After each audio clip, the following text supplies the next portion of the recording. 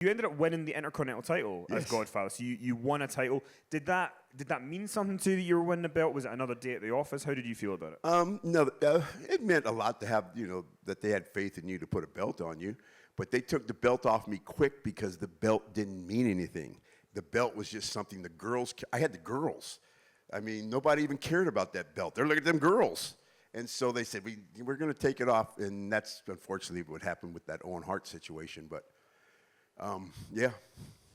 And people talk a lot about the travel schedule that you guys would have. So back in the Attitude Era when you're the Godfather, what is the schedule like? Like, how tough is it? At least 290 to 300 days a year. At least. They don't do that anymore. And the road was hard. And see, back then, I didn't mean to interrupt you, but back then we didn't have private cars, and we drove. And anything under anything under 200 miles we drove, or over 200 they flew you. But yeah, man, it was rough. And then to act like we did last night and drink a bottle of whiskey every night don't help things. Never again.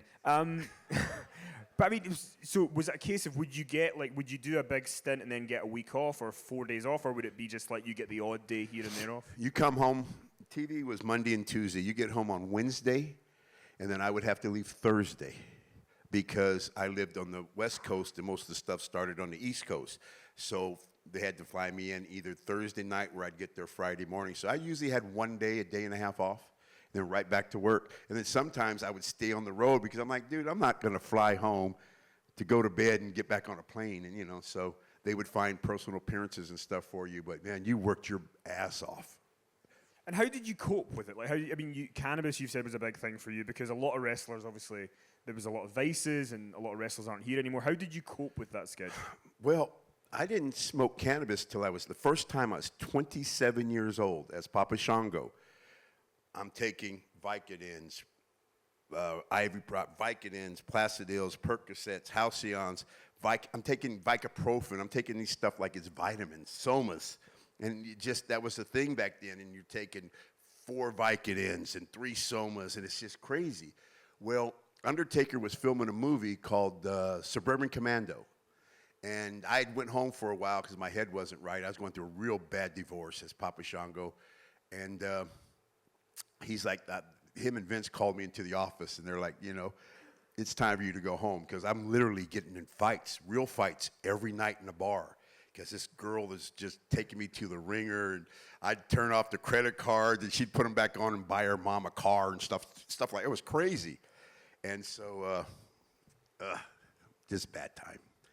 Well, let's talk about some good times. At WrestleMania 2000, you came out with Ice-T to do the special version of your song. I mean, you looked like you were having so much fun doing that. What was it like, the Ice-T is doing a song for The Godfather? Do you want to hear some dirt? Sure. I'm with Snoop Dogg, okay? We're talking. He's like, hey, man, I'm doing the song, and they're doing this music, and we're doing this and that. And he goes, I got this new cat named Exhibit coming out. And he goes, why don't we have him do your song? So I'm like, hell yeah. So I go to Vince, and Vince is like, no, Charles, no. I got Ice-T. But Vince is a ribber, and Vince knew that me and Ice-T had heat. And that's just how Vince is, all right? So he had him do my song, but I didn't even like the song. It was Pippin. I didn't like it. But to be honest, though, we've mended our ways, our fence, and we're cool now. But what was the heat? Something stupid in a club, and it was in Vegas, and he called me over to the table. This is when I first become the Godfather, and he called me over to the table, and I'm like, you want to meet? I'm like, yeah, I'll go over there. So I went over there, and he's like, what do you want? Like, what do you mean what I want? You called me over here because I didn't call you over here. And then the guy's like, remember you said the Godfather? He goes, oh, yeah, what's up, man? And I'm like, really? And then I said some things that I'm not going to say right now. And I was going to snatch him up, but I didn't. And so I was like, anyway. And so he had heat with me for that. So when he came out and did the live performance with you at WrestleMania 2000, were you guys cool by that point, or was it tense? To be honest, we didn't even talk. I had a 64, actually we did talk. I had a 64 Impala lowrider that I had. And he came out and looked at it, was saying that he had a 64 at one time, and we talked. That's the only talking we did, though. Something I wanted to ask you about, because it gets brought up a lot, wrestler's court. Yeah. If you have a wrestler's court story you could share with us to kind of tell us what it was like. Well, wrestling, they don't have wrestler's court anymore.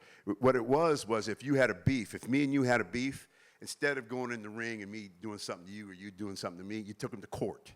And Undertaker was the judge.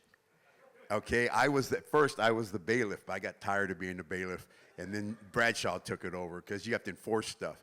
And then usually, if I'll get into a situation, but if I won the case, I would probably, like I took D'Lo to court one time for misrepresentation of the word chronic.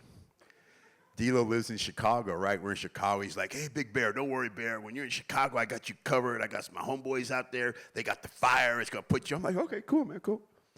D'Lo knocks on my door, shows up with this dirty, brown, seedy, and it's like 11 at night. Where am I going to find cannabis at 11 o'clock at night? And so I took him to court over that. And him, knowing that Undertaker was the judge, I got a case of beer, a big bottle of Jack. The beer was for Bradshaw and Ron. A big bottle of Jack, and he had to pay for my hotel and my rent-a-car and my hotel for the day. Yeah. But that's how it was, man. It was serious stuff. It wasn't a joke. And you had, it's hard to tell what people were brought in for. I don't mind telling on myself, but I don't like to tell on others. Was it one of those things, though, if somebody didn't want to be involved in it? Like, so we did a show with Scotty Too Hotty, and we asked him about it. And we said, wrestler's court, what's your memories? He said, I just stayed away. Yeah, I just made sure. You didn't have to go. So it was more a fun way to kind of... It was a fun way to handle a situation. And not everybody went, but there would be more people in the meeting than in this room. I mean, a lot of people went because it was cool. And, no office people. No office people were allowed to come into the meetings. None. So when The Undertaker's the judge, does he have, like, an outfit to be the No. judge? Or is he just... No outfits. That would have been good, though, if he would have. But that would have been perfect if we would have did that. Did he ever break as the judge? Did anybody try and make him break character, like make him laugh as judge, or was that a serious? Yeah, it was actually, wrestling court was serious. It was serious. And you had to pay the fine, whatever it was, if you were found guilty. You met Vince for the first time in 1991 when you become Sir Charles and then Papa Shango. But by the Godfather time, he's become Mr. McMahon on TV. Did he change much in that time period? How he changed was, in the 90s, there was no social media. There's no people with camera phones. I mean, if you had a phone, it was one of those, one of those. And Vince used to go out with us back in the 90s. Me, Vince, and Taker have been to a lot of strip clubs together. The night that Vince took everybody's finish in the club, I was there. I wouldn't give him, I wasn't about to give him, they go, give him your shoulder breaker. Oh, no. I'm not hurting that man and getting fired. But yeah, only thing that changed is he stopped going out with us. He couldn't do that anymore. But other than that, no, he stayed the same. He's still the same. He calls me, I swear, every Christmas, not Christmas, excuse me, on my birthday, he calls and says, happy birthday, every year. Hey, Charles, happy birthday, brother. Any fun stories of going out and partying with Vince that you would care to share with us? No. No. I'm still under contract with them. I'm under Legends. No. No. When he was taking people's finishers, like how realistic? Like were they taking it easy on him? Vince would be mad at you. Vince used to be one of the boys. I'm telling you, he was one of us. And he would have been mad if you took it. He took the Road Warriors. We're up on the shoulders. He took that. And that's people's chances to get at him, man. He took a lot. I wouldn't give him mine, but I'm like, no, I don't know it that way at all.